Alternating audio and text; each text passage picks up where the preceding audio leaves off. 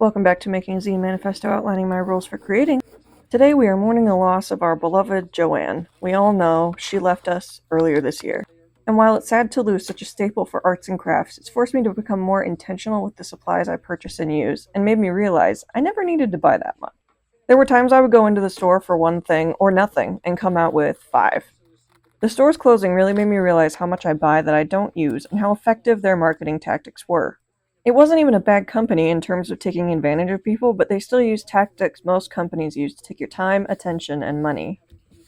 All this to say, overconsumption isn't entirely our fault, but it's important to recognize the strategies used by these companies and rely more on what we already have, what we can make, and what we can borrow from our neighbors. But am I still actively mourning the end of Joanne? Yes, I love that little store so much. So don't go calling me a Joanne hater in the comments, okay? I did my time wearing a green apron during the mask mandates of 2020. You don't know what I've seen. I was in the trenches.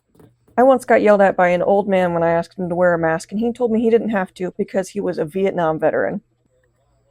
So, anyway, if you're interested in following along and seeing the rest of the zine, go to my link tree and follow me on all the places there. Bye!